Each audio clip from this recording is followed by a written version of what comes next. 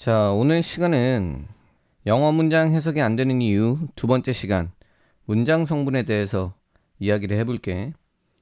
영어 학습을 위해 앞으로 가장 우선적으로 생각을 해봐야 될 주제이고, 이 앞으로의 강좌들과 이 영어라는 과목 자체를 이해하기 위해서 기반이 되는 강좌니까 꼭 끝까지 집중을 해서 잘 들어봤으면 좋겠어. 자, 본격적으로 강의를 시작을 해보자고. 영어 문장이 해석이 안 되는 가장 큰 이유는 영어와 한국어가 갖는 문장 구조의 차이 때문이야. 한국어와 영어는 본질적으로 굉장히 다른 언어야. 자, 그런 얘기 들어본 적 있는지 모르겠는데 세계에서 영어 학습에 돈을 가장 많이 쓰는 나라가 한국과 일본인데 한국인과 일본인이 영어를 제일 못한다. 사실 한국인과 일본인이 영어를 못하는 이유는 뭐 여러 가지 이유가 있을 수도 있겠지만 내가 생각했을 때 가장 큰 문제는 기본적으로 이 한국어와 일본어는 영어와 굉장히 다른 언어라는 거야. 자, linguistic distance라고 그 언어 간의 차이점을 수치로 나타낸 척도가 있는데 이 1단계부터 5단계까지가 있어.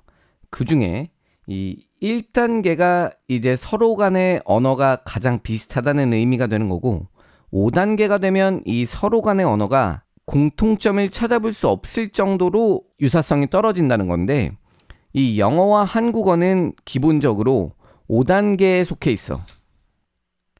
자, 지금 보고 있는 표가 바로 이 Linguistic Distance Calculator로 계산한 그 한국어와 영어의 유사성인데 우리가 표에서 볼 수 있듯이 한국어와 영어는 90 정도의 유사성을 보이고 있는데 이 수치가 높으면 좋은 게 아니야. 자, 90이라는 수치는 마지막 5단계에 해당하는 수치로서 거의 인식할 만한 관계가 없다는 거지. 그러니까 두 언어들 간에 몇 가지의 유사성이 있다고 하더라도 그건 거의 이 공통의 기원 때문에 발생하는 유사성이 아니라 자, 그냥 단순히 우연에 의한 거란 거야. 자, 이와 대조적으로 영어와 네덜란드어가 갖는 이 언어상의 공통점에 대해서 측정을 해보자면 27.2 정도의 수치가 나오고 이는 이제 1단계로서 굉장히 서로 유사한 언어라는 거지. 한 가지 사례만 우리가 추가로 한번 봐볼게. 자, 우리가 현재 보고 있는 표는 캐나다 이민자들을 대상으로 해서 진행한 연구 결과인데 캐나다가 아닌 다른 국가에서 온 이민자들이 캐나다에서 영어 학습을 위해서 걸리는 시간을 정리한 표야. 자, 우리가 이 표에 나타나 있는 항목들의 의미를 살펴보자면 첫 번째로 이 linguistic score라는 의미는 영어와의 유사성을 나타낸 수치로 1.0에 가까울수록 유사성이 떨어진다는 거야. 한국어와 일본어가 이 1.0에 해당해. 자, 그리고 오른쪽에 있는 이 E1, E2, E3 같은 경우에는 이 이민자들의 영어 구사 능력에 대해서 나타낸 항목인데 E1 같은 경우에는 영어로 전혀 대화를 이끌어갈 수 없을 정도의 수준이 되는 거고 E2 같은 경우에는 영어로 어느 정도 대화는 가능하나 이걸 집에서 사용할 수 있을 정도로 자유롭게 구사할 수 있을 수준은 안 된다는 의미고 E3 같은 경우에는 영어로 대화를 할 수 있고 집에서도 사용할 만큼 이제 자유롭게 언어를 사용할 수 있는 등급이야. 자, 그러면 우리가 이 수치들을 기반으로 이 표가 의미하는 내용을 해석을 해보자면 자, 캐나다에 이주한 5년이 지난 후에 Linguistic Score 1.0에 해당하는 국가들은 5년 후야. 5년 후에도 24% 정도가 이 영어를 제대로 구사할 수 없었다는 거야. 자, 그리고 집에서 영어를 자유롭게 구사할 수 있을 정도의 E3 등급 같은 경우에는 1.5%밖에 안 됐대. 자, 그리고 동일한 피실험자들을 대상으로 해서 그로부터 10년 후, 그러니까 이민 후 15년 후에 이 영어 능력에 대해서 평가를 해봤는데 아직도 10% 정도는 영어로 의사소통을 거의 할 수 없는 상태였고 집에서 영어를 쓸 수 있을 정도로 자유롭게 의사소통을 했던 비율은 4% 정도밖에 안 됐다는 거지. 자, 이와 대조적으로 3.0에 해당하는 국가들 같은 경우에는 5년 후에 이미 34% 정도는 언어를 유창하게 활용할 수 있었고 15년 후에는 57% 이상 언어를 유창하게 사용을 하고 41% 정도는 의사소통은 충분히 가능했다는 거지. 우리가 방금 봤던 몇 가지 자료에서 확인할 수 있듯이 영어와 한국어는 굉장히 큰 차이가 있는 언어야. 이 차이점을 무시하고 억지로 한국어의 틀에 영어를 끼워 맞춰서 해석을 하다 보면 문장이 길고 어려워질수록 점점 더 해결하기가 어려워져.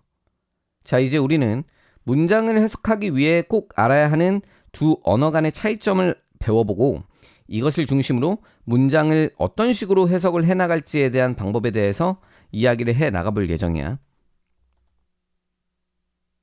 자, 지금 화면에 이 영어로 쓰인 문장 그리고 한국어로 쓰인 문장 세 문장씩이 있는데 한번 이 양쪽에 있는 문장들을 각각 해석을 해볼게. 자, 첫 번째 한국어 문장 철수는 영희를 좋아한다. 자, 두 번째 영희를 철수는 좋아한다. 자, 세 번째 문장 좋아한다 철수는 영희를. 자, 우리 이 한국어로 쓰여 있는 문장 어순을 뒤집어진다고 혹시 의미가 달라졌니? 이 단어들이 배치되어 있는 어순이 변경됐지만 이 세 가지 문장들이 하려는 전체적인 의미는 크게 달라지지 않았지. 자, 근데 우리 이 오른쪽에 있는 영어 세 문장 같은 경우도 한번 같이 해석을 해볼게. 자, 1번 행크는 클로이를 좋아한다. 자, 2번 클로이는 행크를 좋아한다. 자, 3번 문장 어떻게 해석해야 되지? 자, 사실 이 3번 문장이 해석이 되면 문제가 있는 거야. 3번 문장은 아예 비문이지. 자, 영어 같은 경우에는 이 단어의 순서를 바꿨더니 이 문장의 의미가 완전히 상반된다거나 아니면 완전히 비문이 돼버렸어. 그러면 왜 이런 일이 일어나는 걸까? 자, 한국어와 영어에 있어서 어떤 것들이 다르길래 이런 현상이 일어나는 걸까? 자, 벌써 눈치챈 학생들도 있겠지만 이 한국어와 영어가 갖는 가장 큰 차이점 중에 하나는 바로 이 조사의 유무야. 자, 조사라고 하면 이 단어 뒤편마다 붙어있는 은는, 을를, 이다, 다 이런 것들이 이제 우리가 조사라고 하지. 자, 그러면 이 조사가 하는 역할이 뭘까? 조사가 하는 역할은 문장 성분을 결정해줘. 자, 이 문장 성분이라는 게 과연 무엇인지에 대해서 생각해 본 적이 있니? 자, 문장 성분이라는 건 기본적으로 단어가 문장에서 하는 역할이야. 자, 예를 들어서 이 단어가 이 문장 내에서 동작의 주체인지 혹은 이 동작에 영향을 받는 대상인지 이런 것들을 구분해 놓은 게 문장 성분이라는 거지. 그러니까 우리나라 말 같은 경우에는 이 문장 성분, 이 단어가 문장에서 하는 역할을 조사가 결정하고 있어. 자, 예를 들어서 자, 철수 뒤편으로 은는 이라는 조사가 따라 붙음으로써 이 문장에서 이 좋아한다라는 동작의 주체가 철수임을 설명을 해주고 있고 영희 뒤편으로 을을이라는 조사가 붙음으로써 이 문장에 좋아한다라는 동작의 대상이 영희임을 알려주고 있는 거야. 자, 사실 우리가 이 문장 성분이라는 용어를 그동안의 문법 수업이나 문법 책에서 수없이 많이 접했지만 이것이 갖는 그 정확한 중요성을 명확하게 인식하지 못한 경우들이 되게 많은데 이 문장 성분이라는 건 결국 문장을 해석하는 데 있어가지고 아주 핵심적인 역할을 해. 자, 문장을 해석한다는 거 혹시 이게 무슨 의미인지 생각을 해본 적이 있니? 자, 문장을 해석을 한다는 건 결국 쉽게 표현을 하자면 이 필자가 적어낸 문장이 어떤 의미인지를 명확히 파악해 나가는 과정이야. 그리고 그 과정을 조금 더 구체적으로 표현을 해보자면 우리가 1강에서 얘기했던 단어가 갖는 정확한 의미를 파악을 하고 그리고 이 해당 단어가 문장에서 어떠한 역할을 하는지를 파악해 나가는 과정이야. 이 철수는 영희를 좋아한다라는 문장. 자, 만약에 이 문장에 조사를 다 뺀다고 쳐볼까? 여기에서 지금 철수, 영희, 그냥 좋아 정도로 조사를 빼고서 이 문장을 기술을 하게 되면 정확하게 누가 누구를 좋아하는지에 대해서 파악하기는 어렵겠지. 자, 왜냐하면 이 한국인들은 언어 생활을 할 때 이 문장에서 단어들이 갖는 역할을 조사를 이용해서 파악한단 말이야. 결국 조사가 없으면 그 단어들이 이 문장에 왜 쓰였는지를 알 수 없게 돼. 자, 그러면 우리가 돌이켜서 생각을 해보자면 영어에는 이 조사라는 게 없다고 했어. 하지만 이 영어라는 언어도 이 문장 성분을 각 단어들이 하는 역할을 설정해주는 시스템이 있어야 의사소통이 가능하겠지. 자, 그렇다면 영어는 과연 어떠한 것을 기준으로 이 문장 성분들이 결정될지를 알아보는 게 이제 우리가 이 조사를 사용하지 않는 영어를 배우는 데 있어서 가장 우선적인 단계가 될 거야. 자, 그럼 생각을 한번 해보자고. 자, 이 영어라는 언어는 이 문장 성분, 이 단어들의 역할을 어떤 식으로 배열해 줄까? 가장 첫 번째 핵심적인 요소는 동사야. 바로 이 동사가 문장의 전체적인 프레임을 결정해. 우리가 앞에 예문에서 봤었던 love라는 동사에 대해서 잠깐 생각을 해볼게. A loves B의 구조에 대해서 생각을 해보자면 우리가 A는 B를 좋아한다라고 해석을 하지, 이 문장을. 근데 이 A를 문장의 주체, 그리고 이 B를 문장의 대상으로 볼 수 있었던 이유는 이 love라는 동사가 이미 동사 앞에 있는 요소를 주어로 결정하고 이 동사 뒤에 나오는 요소를 목적어로 결정하고 있기 때문이야. 그리고 이 동사가 문장의 프레임을 결정한다는 건 우리가 생각하는 것보다 훨씬 더 그 강제성이 높은데, 예를 들어서 나는 굳이 목적어의 의미를 전달할 필요가 없다. 나는 그냥 A는 좋아한다 라고만 이야기를 하고 싶다고 하더라도 이 영어라는 언어가 갖는 특성은 이 동사가 제시하는 프레임은 반드시 만족을 시켜줘야 돼.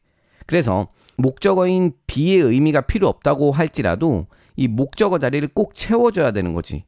자, 예를 들어서 우리가 아까 봤었던 한국어 문장을 생각해 보자면, 자, 철수는 영희를 좋아한다라는 문장에서 영희를이라는 단어를 제외하고 철수는 좋아한다 라고만 문장을 기술한다 하더라도 비문이라고 하는 사람은 아마 없을 거야. 자, 근데 영어 문장에서 자, A loves B의 구조에서 A loves 라고만 문장을 사용한다면 이 구어체에서는 아마 용인될 수 있는 경우들이 있을지도 모르지만 문법적으로 엄밀하게 놓고 봤을 땐 비문이라는 거지. 자, 이렇게 이 영어라는 언어는 이 단어가 하는 역할, 즉 문장 성분의 부여를 결국 동사의 프레임을 통해서 결정하는 거야. 이 동사의 프레임을 통해서 문장 성분이 결정이 되기 때문에 이 프레임에 대해서 굉장히 집착적이야. 자, 다들 비인칭 주어라는 문법 용어 들어본 적이 있을 텐데 간단하게만 설명을 해보자면 비인칭, 자, 가리키는 게 없는 주어라는 거야. 생각해보면 이 용어 자체가 굉장히 모순적이지. 무언가 가리키는 게 없는데 주어에 위치한다.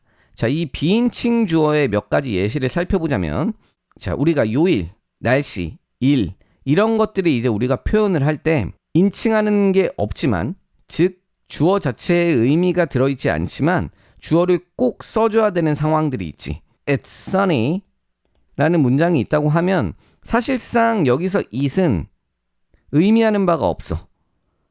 지금 이 문장이 전달하고자 하는 의미는 그냥 날씨가 맑다 이 정도야. 여기서 이 it이라는 게 명확하게 지금 지칭하는 대상이 없다는 거지.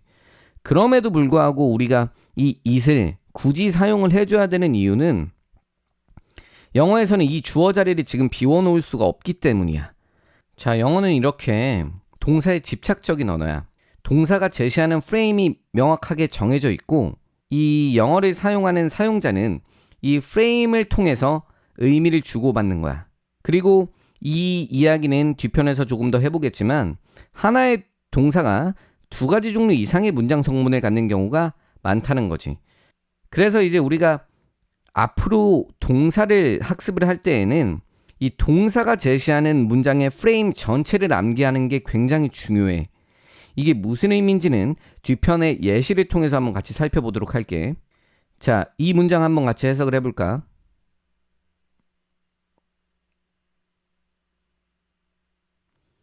자, 이 문장 같은 경우에는 굉장히 구조는 단순해 보이는데 생각보다 해석이 조금 어려웠던 학생들이 있을 수도 있어. 이 문장을 한번 해석을 해보자면 나는 이 문제가 풀기에 굉장히 어렵다고 생각한다 라는 의미야. 자, 이 문장의 해석이 왜 그렇게 되는 것이냐면 이 find라는 동사의 의미를 명확하게 알아야 되는데 이 find는 우리가 보통 이 find 뒤편에 목적어를 추가하여 자, 무언가를 발견하다라는 의미로도 사용을 하지만 목적어 그리고 목적보의 형태를 받는다면 이 목적어를 목적보라고 생각하다라는 의미가 돼. 그렇기 때문에 이 문장에서 the problem이 지금 목적어의 역할을 하고 있고 difficult가 목적보의 역할을 하게 됨으로써 그 문제를 풀기 어렵다고 생각한다 라고 해석이 되는 거지. 자, 예시 한 가지만 한번 더 봐볼게. 자, 이 문장도 한번 같이 해석을 한번 해보자.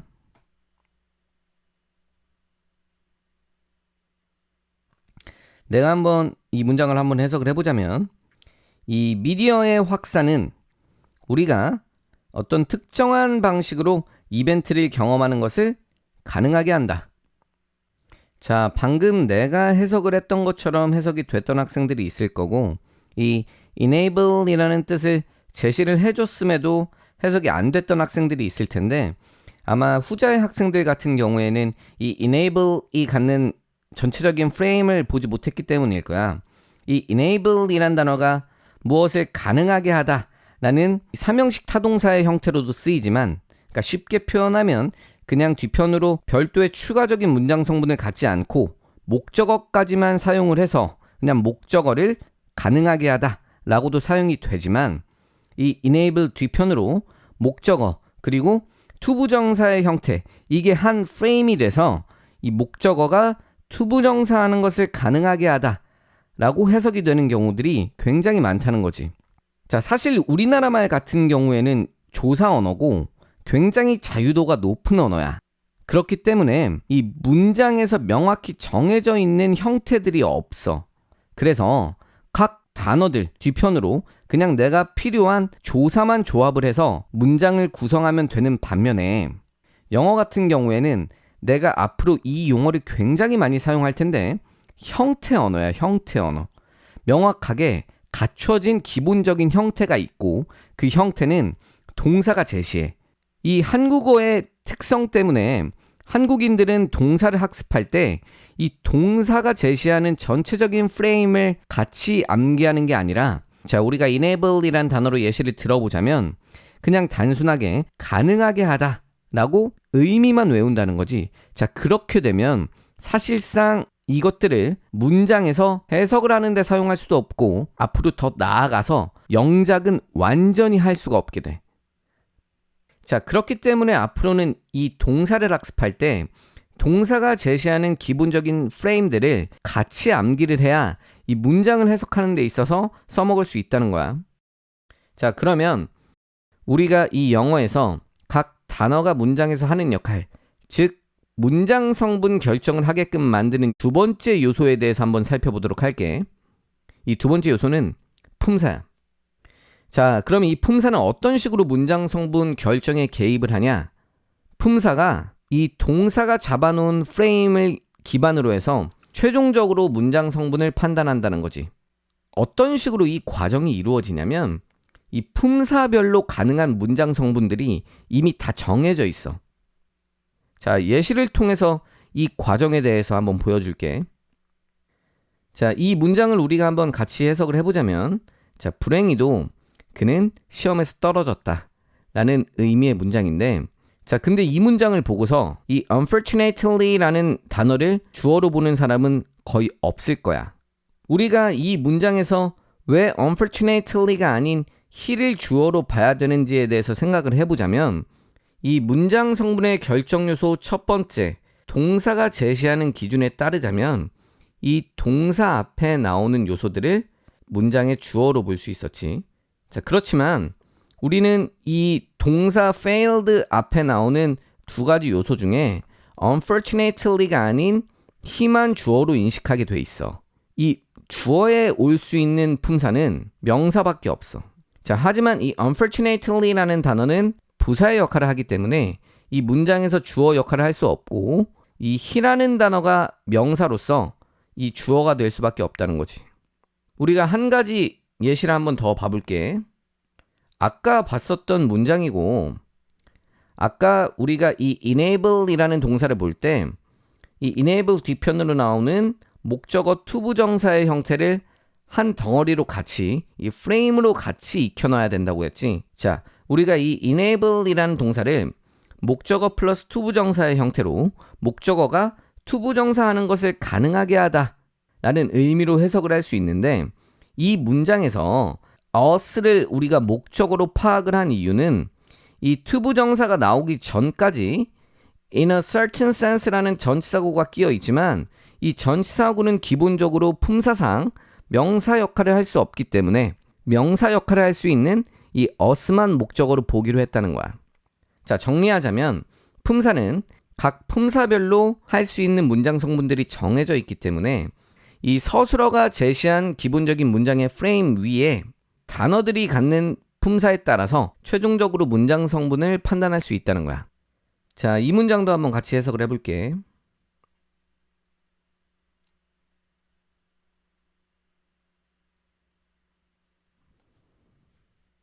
자, 이 문장 내가 한번 해석을 해보자면 자, 두 개의 머리가 하나보다 낫다는 그 오래된 속담은 여전히 진실이다 라고 해석을 할 것 같아.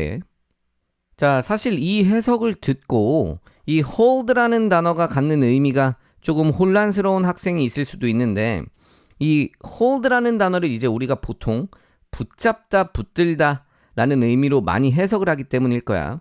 이 hold가 무엇을 붙잡다라는 의미로 사용이 될 때는 이 뒤편으로 목적어가 붙을 때야. 그러니까 쉽게 이야기하면 이 뒤편으로 명사가 와야 된다는 얘기지. 근데 지금 이 hold라는 동사가 문장에서 쓰인 형태를 보면 뒤편으로 명사가 아니라 지금 형용사가 붙었어. 이 hold라는 단어 뒤편으로 형용사가 붙게 되면 이 hold라는 단어는 무엇을 붙잡다의 타동사가 되는 게 아니라 무엇 신체로 있다, 계속 무엇이다라는 연결동사가 되어버려.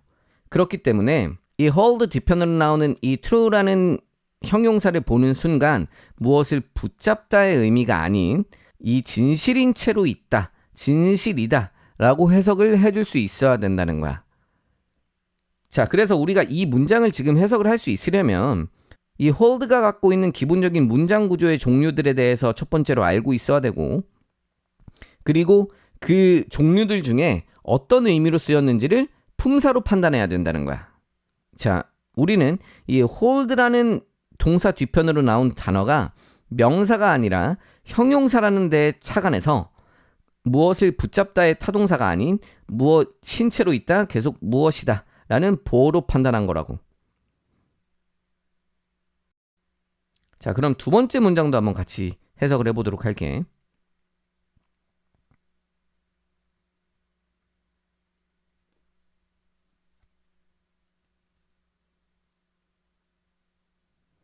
자, 내가 이 문장을 한번 해석을 해보자면, 자, 스포츠는 이 빈민가에서 온 아이들에게 많은 이점을 제공한다 정도로 이제 해석을 해줄 수 있을 것 같아. 자, 이 문장 같은 경우에도 지금 명확하게 해석을 할 수 있으려면 이 provide라는 동사가 제시하는 기본적인 큰 프레임에 대해서 먼저 숙지가 되어 있어야 돼. 자, provide라는 동사는 다른 여타 타동사들과 마찬가지로 뒤편으로 그냥 목적어만 단독으로 소유해서 무엇을 제공하다의 의미로 사용될 수도 있지만 지금 우리가 이 문장에서 보고 있는 형태와 같이 자, provide A with B의 형태로 A에게 B를 제공하다 라는 의미로 사용될 수도 있어. 자, 그런데 우리가 이 provide A with B의 형태를 알지 못하고 자, provide를 제공하다 라고만 알고 있다고 하면 사실상 이 뒤편으로 나오는 단어들을 가지고서 거의 글짓기를 해야 되는 상황이 벌어질 수도 있어. 실제로 많은 학생들이 겪고 있는 문제일 거고. 자, 그런 식으로 자꾸 창의성이 발휘되면 안 되잖아, 그치? 자, 그리고 우리는 이 provide A with B라는 형태를 기반으로 아이들에게 많은 이익을 준다라는 해석을 어떤 식으로 완성했냐면 이 provide랑 with의 사이에 있는 단어들 중에 who came from slums라는 이 덩어리가 형용사로서 children을 꾸미고 있기 때문에 이 명사 역할을 할 수 있는 단어가 children밖에 없기 때문에 children을 A 자리에 해당한다고 판단할 수 있었던 거야. 자, 그러면 오늘 배웠던 내용들을 한번 최종적으로 정리를 해볼게. 문장을 해석한다라는 건 결국 무슨 의미였냐면 단어 하나하나가 갖고 있는 이 정확한 의미를 파악을 하고 그 단어가 해당 문장에서 어떠한 역할로 사용이 됐는지를 파악을 해 나가는 과정이라고 했어. 자, 그리고 이 단어가 문장에서 하는 역할을 파악한다는 건 결국 이 문장 성분을 파악한다라는 것이라고 했는데 어떻게 파악한다고 했냐면 기본적으로 동사가 제시하는 문장의 전체적인 프레임을 확인을 하고 그 다음에 최종적으로 품사를 활용해서 문장 성분을 판단한다고 했지. 자, 그렇기 때문에 앞으로 영어 공부를 하는 데 있어서 반드시 기본적으로 갖춰야 하는 자세는 뭐냐면 동사를 암기할 때 동사가 수행 가능한 이 프레임의 종류들을 다 같이 암기를 해야 된다는 거야. 그 동사가 제시하는 단독적인 의미만 외우면 안 되고 그리고 이 품사별로 수행 가능한 문장 성분들을 구분해서 이 문장의 구조를 파악을 해 나가야 된다는 거지. 자, 오늘 이 영어 문장 해석이 안 되는 이유 그 두 번째 문장 구조 편에 대해서 이야기를 해봤고 오늘 강좌에서 전체적으로 강조했었던 건 한국어와 영어라는 언어는 본질적으로 굉장히 다른 언어이기 때문에 한국어의 어순, 한국어의 해석 순서에 억지로 영어를 끼워 맞추려고 하면 안 된다는 거야. 자, 그러면 이 내용들을 과연 내 해석에 어떤 식으로 적용할 수 있을지는 앞으로 이어질 강좌들을 통해서 천천히 하나씩 살펴볼 예정이니 오늘 영상이 도움이 됐으면 구독 꼭 눌러서 그 다음 영상에 대한 소식을 같이 받아봤으면 좋겠어. 자, 그러면 우리는 또 다음 시간에 새로운 내용으로 만납시다. 질문 있으면 댓글로 많이 적어줘.